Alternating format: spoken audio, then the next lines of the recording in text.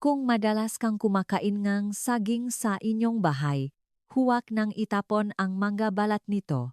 Para sa marami, ang balat ng saging ay basura lamang. Ngunit sa mga taong may kaalaman sa pagtatanim, ito ay parang ginto na likido para sa kanilang halaman. Ano ang nilalaman ng balat ng saging? Ang balat ng saging ay mayaman sa potassium, potasyo, phosphorus, posporo, calcium, calcium, at magnesium, magnesyo. Ang potasyo ay nakakatulong upang lumaki ang mga prutas at maging matamis. Ang posporo naman ay nakpapabilis nege pagbulaklak. Ang calcium ay pumipigil sa pagputok nege burutas at ang magnesyo ay nakpapakintab at nakpapadilim nege kulay nege dahon. Ang masustansyang ito ay karaniwang makikita sa mamamahaling pataba, ngunit ang balat ng saging ay libre. Ngayon, ituturo ko sa inyo ang tamang paraan ng paggawa ng banana peel fertilizer. Mas epektibo ito kaysa sa nabibiling pataba, magpapaberde nginyong nga dahon, at magbibigay ng mas maraming ani nang hindi gumagastos ni piso. Maraming tao ang nakakamali sa pagbaon ng sariwang balat ng saging ng direkta sa lupa pagkatapos kumain. Ito ay nakakapinsala sa inyong nga halaman. Ang sariwang balat ng saging na nakabaon sa lupa ay nabubulok at nakpa-ferment. Sa prosesong ito, lumalabas ang init na direktang nakakasuno sa ugat ng halaman. Ito ang tinatawag na root burn o nasusunog na ugat. Bukod dito, ang pagbaon ng sariwang balat ng saging ay nakakaikit ng mga fruit flies. Ang maliliit na insekto na lumilipat sa paligid ng inyong paso nakakainis, kaya hindi ito maaring ibaon ng direkta. Kailangan itong iproseso muna bago gamitin. Narito ang tamang pamamaraan. Paano gumawa ng banana peel liquid fertilizer? Banana tea. 3 madaling hakbang. Unang hakbang. Kolektahin ang balat ng saging. Ipunin ang mabalat ng saging na inyong kinakain. Hindi kailangang marami. 2 hanggang 3 balat ng saging ay sapat na para sa isang batch. Mas mainam ang mga balat na saging na hinok na at may mga itim na batik dahil mas mayaman ito sa sustansya. Maaari ding gamitin ang dilaw na balat, ngunit iwasan ang bulok na balat na itim na lahat. Mahalagang detalye, hugasan muna ang balat ng saging bago ibabat. Ang mga saging na nabibili sa palengke ay maring may preservativo o pampahinok. Kung hindi ito huhugasan, ang mga kemikal na ito ay hahalo sa tubig, makakaapekto sa fermentation, at hindi maganda para sa halaman. Banlawan lamang sa tubig at kuskusin ng bahagya gamit ang brush. Ikalawang hakbang, hatiin ang balat ng saging. Hiwain ang nahugasang balat ng saging sa maliliit na piraso, mas maliit mas maganda, humigit kumulang 1 hanggang 2 sentimetro ang laki. Bakit kailangan hiwain? Para mas malaki ang contact area at mas mabilis lumabas ang mga sustansya.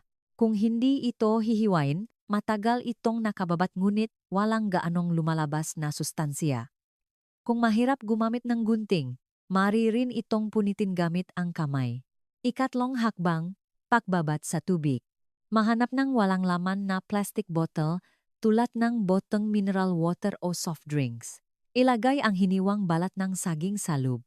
Para sa bawat bote, gumamit ng balat mula sa 2 hanggang 3 saging. Lagyan ng tubig hanggang mapuno. Huwag gumamit na mainit na tubig. Tap water lang ang sapat. Narito ang isang mahalagang detalye. Magdagdagan na isang kutsarang muscovado brown sugar. Ang asukal ay pakain ng mikrobyo na nagpapabilis ng fermentation at nagpapabuti sa epekto. Kung walang muscovado, maaari ding gamitin ang puting asukal. Magdagdag din ng ilang piraso ng balat ng dalandan o kalamansi. Ang balat ng dalandan ay nagbibigay ng sariwang amoy sa fermented liquid kaya hindi ito babaho. Hindi ito kailangan, ngunit mas maganda ang epekto kung maglalagay. Takpan ang bote, ngunit huwag masyadong mahigpit. Mag-iwan ng konting puwang para sa hangin, dahil ang fermentasyon ay naglalabas ng gas. Kung masyadong mahigpit ang takip, maaring umasa ang bote at bumuga kapag binuksan. Ilagay ito sa lilim at huwag ibilat sa araw. Ibabat sa loop ng 2 hanggang 3 araw. Sa tag-init, 2 araw ay sapat na. Sa malamig na panahon, maaring tumagal ng 3 hanggang 5 araw. Kapag tapos na ang pagbabad, ang tubig ay magiging kulay, dark brown, at may amoy ng prutas, hindi ito mabaho. Kung amoy bulok, ibig sabihin ay hindi nagtagumpay ang fermentation. Itapon at ulitin ang proseso. Karaniwan, ang pagkabigo ay dahil hindi malinis ang bote o kulang sa balat ngang dalandan, kalamansi. Pagkatapos ang pagbabad, salain ang mabalat ngang saging. Huwag itapon ang masinala na balat ngang saging. Maari itong ibawon sa lupa bilang pataba. Ibawon ito ng malalim, hindi sa ibabaw ng lupa, upang hindi makahata ang pesta. Paano gamitin? Tandaan ang 3 numero. Una, dilutang ang 5 hanggang 10 beses. Ang banana peel liquid na nababat ay may mataas na konsentrasyon. Kung direktang ibubuhos, maaring masunok ang ugat ng halaman. Para sa bawat baso ng banana peel liquid, magdagdag ng 5 hanggang 10 baso ng malinis na tubig. Para sa maliliit na seedlings, gumamit ng mas mahinang dilution 10 beses. Para sa malalaking halaman, gumamit ng mas malakas na dilution 5 beses. Kung seedling pa lang o bagong lipat ang halaman, inirekomenda ang 5 beses na dilusyon para sa mas ligtas na paggamit. Pangalawa, 1 beses sa 1 linggo lamang. Hindi kailangang araw-araw na diligan.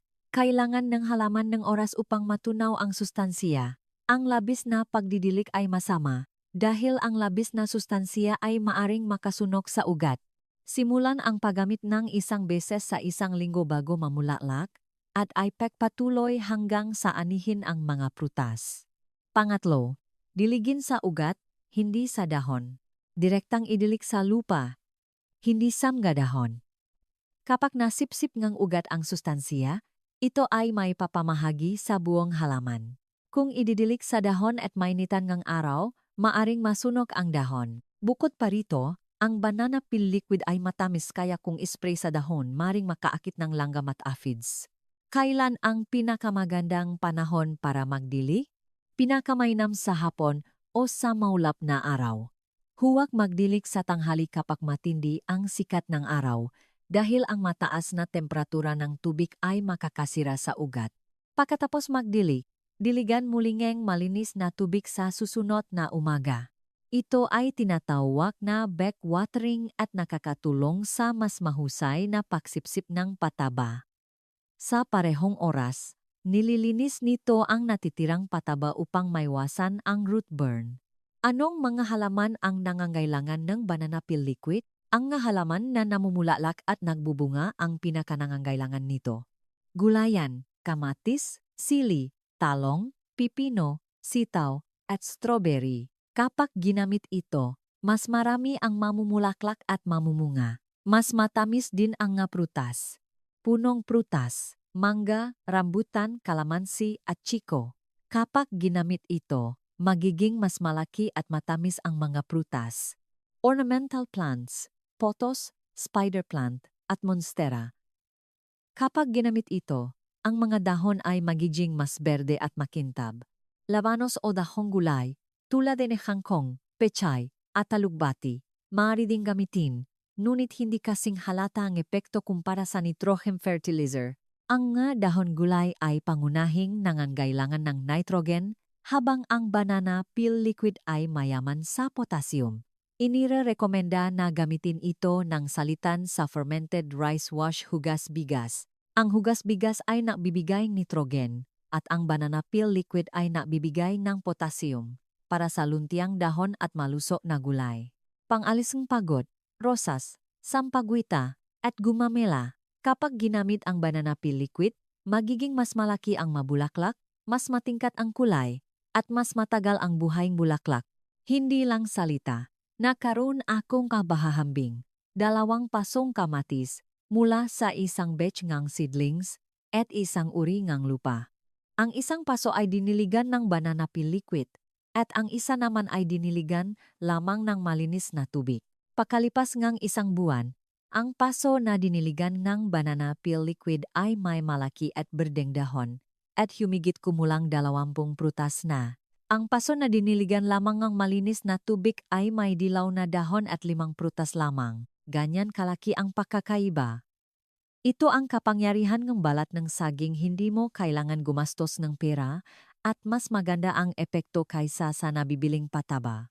5 bagay na dapat tandaan kapag gumagamit ng banana peel liquid.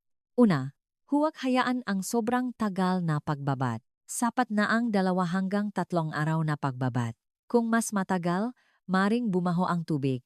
Kung nakalimutan at nababad ng higit sa 1 linggo at bumaho ang tubig, huwag nang gamitin. Ang mabahong tubig ay maaring may masamang mikrobyo na makakasakit sa halaman. Pangalawa, huwag direktang ibawon ang sariwang balat ng saging sa lupa. Maraming tao ang nakakamali sa pagbawon ng sariwang balat ng saging ng direkta sa paso. Ang resulta ay lumalabas ang amag, insekto, at mabahong amoy. Kailangan itong ibabat muna sa tubig o patuyuin sa araw. Kung hindi, ito ay mabubulok at magpa-ferment sa lupa na makakasuno sa ugat at makakaakit ng peste. Pangatlo, huwag idilik sa dahon. Ang banana peel liquid ay matamis. Kung i-spray sa dahon, maaring makaakit ng langgam at aphids. Idilik lamang sa ugat. Kung aksidenteng madiligan ang dahon, hugasan agad ng malinis na tubig. Pangapat, huwag haluin sa ash, cooling, ng kahoy. Ang banana peel liquid ay acidic, habang ang ash ng kahoy ay alkaline. Kung pinaksama, makakaroon ng neutralization reaction at mawawala ang epekto ng pataba. Gamitin ng makahiwalay na may pagitan ng hindi bababa sa 1 linggo. Panlima, gamitin ang fermented liquid sa loob ang 1 linggo. Kung masyadong matagal, mamamatay ang mga microorganism sa loob, masisira ang liquid, at babaho, at bababa rin ang epekto. Kung marami ang nababad at hindi magagamit lahat, maari itong ilagay sa maliliit na bote at ilagay sa refrigerator. Maari itong tumagal energy 2 at 3 linggo. Mga advanced na paraan para sa mas magandang epekto. Kung nais mong mas maganda ang epekto, narito ang ilang advanced na paraan. 1. Banana peel at eggshell powder. Ang eggshell powder ay nagbibigay ng calcium at ang banana peel liquid ay nagbibigay ng potassium. Kung pagsasamahin, may wazan ang pagputok ng kamatis at pulok ng zili. Simple lang ang pakaba. Kapag nakbabalt ng banana peel liquid, magdagdag ing 1 dakot ng dinurog na eggshell powder. Patayin muna ang makabalat ng itlog at durugin. Ibabat ng 3 araw, salayin at gamitin. Dilute ng 10 beses bago idilig. Mas maganda ang epekto kaysa sa banana peel liquid lang. 2. Banana peel at hugas bigas. Ang hugas bigas ay isang nitrogen fertilizer na nakpapaberden dahon at ang banana peel liquid ay isang potassium fertilizer na nakpapatamis ngang prutas. Pinakamaganda ang epekto kung gagamitin ng salitan. Ngayong linggo, banana peel liquid. Sa susunod na linggo, hugas bigas, huwag haluin. Idilik ng makahiwalay para mas mahusay ang pagsipsip nga halaman. 3. Banana peel at muscovado sugar, mais matagaw na fermentation. Kung gusto mong gumawa ng high concentration na enzyme solution, maari itong ibabad ng 1 buwan. Ang ratio ay balat ng saging. Muscovado sugar, tubig sa 3, 1:10. Pagkatapos ng 1 buwan, ang liquid ay magiging dark brown at may asim na amoy ng fermentation. Dilutang 20 beses bago gamitin. Mas malakas ang epekto kaysa sa 3 araw na pagbabat. Ngunit matagal ito at angkop para sa mga hindi nagmamadali. 4. Patuyuin at gawing powder para sa solid fertilizer. Patuyuin ang balat ng saging at durugin at idirekta itong isaboy sa lupa o ihalo sa lupa bilang base fertilizer. Ito ang pinakasimpleng paraan, hindi na kailangan ibabad sa tubig at hindi na kailangang mag-alala sa mabahong amoy. Kailangan itong matuyo ng lubusan hanggang sa punto na madali itong madurog. Pagkatapos ay durugin gamit ang rolling pin o food processor. Isaboy sa ibabaw ng lupa at kapag diniligan ng tubig, dahan-dahang sisisit ang sustansya. Buhat na mga mahalagang punto sa paggawa ng banana peel liquid. Piliin ang hinok na balat. Ang balat, nege saging, na may itim, na batik ay may pinakamataas na sustansya. Hiwain bago ibabat. Mas maliit ang hiwa, mas mabilis lumabas ang sustansya. Maglagay ng asukal at balat ng dalandan. Ang muscovado ay nakakatulong sa fermentation. At ang balat ng dalandan ay nagtatanggal ng baho at nagpapabango. Ibabad ng 2 hanggang 3 araw. 2 araw sa tag-init, 3 hanggang 5 araw sa taglamig. Dilute ng 5 hanggang 10 beses. Mas mahina ang dilution kaysa sa malakas upang maiwasan ang root burn. 1 beses sa 1 linggo. Diligan sa hapon sa ugat, hindi sa dahon. Hindi ba araw-araw mo hinggit tinatapong ang balat enigra saging.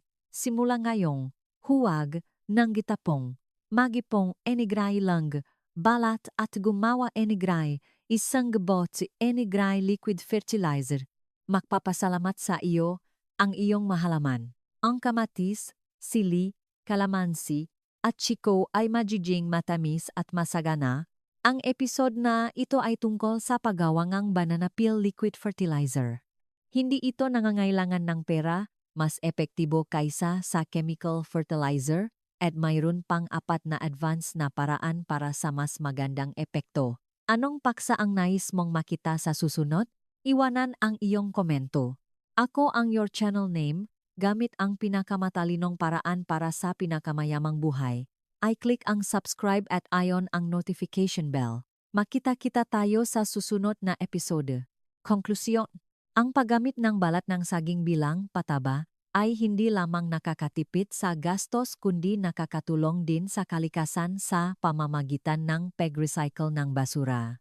Sa simpleng prosesong ito, mas mapapalago natin ang ating mga halaman at makakakuha ng mas masagana at masarap na ani na sumusuporta sa isang mas sustainable na pamumuhay.